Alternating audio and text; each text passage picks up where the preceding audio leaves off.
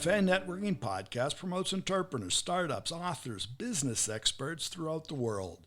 I'm Tom Reaoch, an American known as the King of Networking, connecting people and speaking from my studio in Vinhedo, São Paulo, Brazil.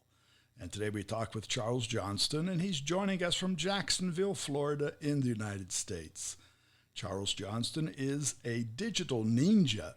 He's the owner of HeartWired Digital Solutions, a boutique web design agency specializing in serving nonprofits and small to medium-sized businesses, either with a need to have a new website or perhaps simply a fresh look. Specialties include digital media, reputation management, brand awareness, and an eye for visual identity that will make your brand stand out. So, Charles, what are the 3 things every business owner should ask their web designer?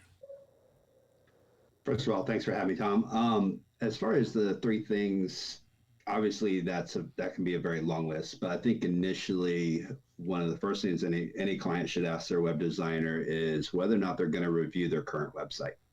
Meaning, if the web designer is not going to look at what you currently have or says, oh, they don't need to, you probably have a red flag there, because they should really look at your existing content first versus trying to recreate the wheel from scratch.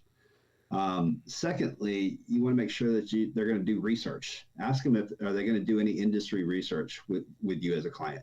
Mm-hmm. Because a lot of web designers, they may specialize in a particular niche, and it may or may not be what you do. And if they're not specialized in what you do, then you need to make sure that they're going to do a little bit of legwork and actually do some research. And that means competitive research, as well as, just research in the industry itself. And if they're not doing that, then that's also a red flag. And that should be something that they should offer up front and actually ask you for who your competition is, who are you trying to address? Because if they don't ask those kind of probing questions, more than likely they're not going to do the research themselves.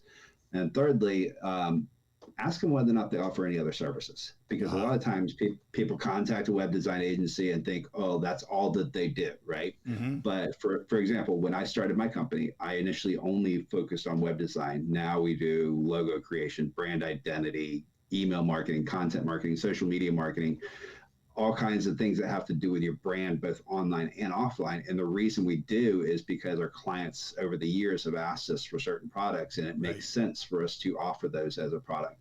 And many times when you're being pitched to do a website, they forget to ask, hey, do you need any other services? Mm-hmm. And that's the biggest key, is find out whether or not they do, because that saves you another step, especially if you're working with your brand, to where you have the person that's actually creating your logo, creating your website, also creating your business cards, also creating your brochures, and it's all done in one place, and therefore the messaging is uniform across all platforms.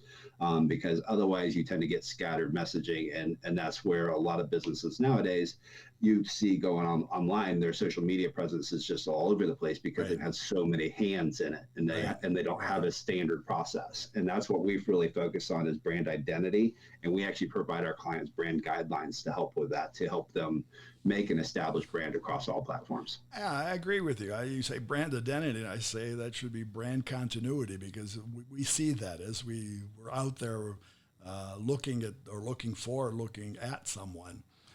What you just said is what seems to be there. It's just many different things, and you can't associate it either to the same company or to the same product, service, or person. And unfortunately, absolutely, what I see, many people, they have a different way of even showing themselves, their personal branding, depending on the platform they're on. So if it's Instagram, Facebook, YouTube, or anything else, it's all different.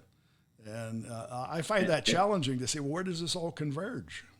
Yeah, and it gets confusing, right? And at the end of the day, you are your brand, and your brand is you. And it doesn't matter how you're presenting it. You want to make sure that it makes sense, and it's, like you said, it's continuous amongst all platforms. And that goes for even things that are offline, with the way that you represent yourself. And say you have specific colors that you use in your brand. You probably should be using those same kind of colors when you dress and things like that, because people are going to start to have a recognition of that. And they start to recognize you as the brand, and vice versa. Well, another point, and many people say that to me when I say, well, you're different on Instagram, for example. They say, well, that's private. I said, well, we're not private anymore. If you're a business person, there's no privacy. There shouldn't be. There's no such thing as privacy. So, and people that think that there is privacy are foolish and mistaken, especially if they're putting it on the internet, right? Because, I mean, everybody knows that everything that's out there is public, or it can at least be found. And you want to make sure that you're representing yourself the best way you possibly can. But that's part of what you do. You help people understand that that's real life. You just can't run and hide. You can't not. You know, we need to be found, because obviously the focal point is to be found, and other people seem to want to hide. Yeah, and it's kind of weird, because we work with business owners all the time, and they want to make sure that they keep their personal social profiles separate from their brand profiles and things like that. But I'm like, but that doesn't make sense when you're representing the company. Well, you are the company, right? You are the company all day long. And if you don't put that you work at your company on your own social media profiles, are you embarrassed? Why are you not wanting to promote your own company in your personal space too? Well, that's what I've said. You seem to be hiding. And today, with all the fake that's out there, if you seem to be hiding, people take that as that you are hiding something. You are hiding something. Absolutely. Very good. So that's the type of service you offer. And since it is a digital world, you are in Florida, but you help people everywhere? Yep. We have clients actually all across the United States, as well as we've worked with clients as far away as Thailand, which is on the other side of the world, India, Haiti, as well as the UK. And we, being a digital medium, we can work with anybody at any time.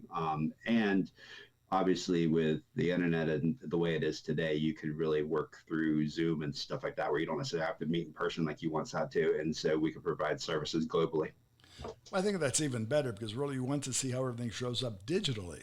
Because once you show it on a table, maybe in the old time presentations, it doesn't make sense. You have to see how it's out there bubbling. Yeah, it's a little different when you try and take say a web diagram and a blueprint and whatnot, and show it to them on a piece of paper, and then actually translate that to an actual online presence, and it doesn't look the same. I mean, it looks close, but it's not the same. And a lot of times, it's people sign off on what they think they like, but then when you actually digitally see it, you end up having to do a little bit of redesigns and stuff like that. And at the end of the day, we try to help our clients provide the best image that they're looking for. Well, that's a great tip. And what I say and what I see, you have to see how you show up on a phone. And on a smartphone, because everybody what's it look like on a computer? Nobody's walking around with a computer anymore. Absolutely. Everything's got to be responsive nowadays, and it has to be able to change versus devices. And that's one thing that another tip for a web designer that you're asking, talking to, make sure that you're asking them whether or not their site's going to be responsive, because a lot of websites are built, but they're not built for mobile, which to me is crazy. We actually build our websites mobile focused, and then we do the desktop version and make sure that it looks okay, because we know that people are walking around with their smartphones or tablets or whatever, and eventually desktops are going to go away, and you're only going to have the small devices. And so why not build, focus on that first? That's where it is. Well, Charles, I want to thank you for sharing your time and your experience and being with us today.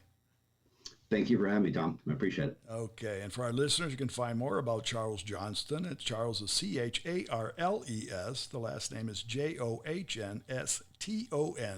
Find him on LinkedIn and the company website, which is HeartWiredDigital.com. HeartWiredDigital.com. Café and Networking is brought to us by Focus MI Market Intelligence, an agricultural market research specialist in Brazil. More information on their website, focusmi.com. Thanks for listening. Until the next time here at Café and Networking Podcast.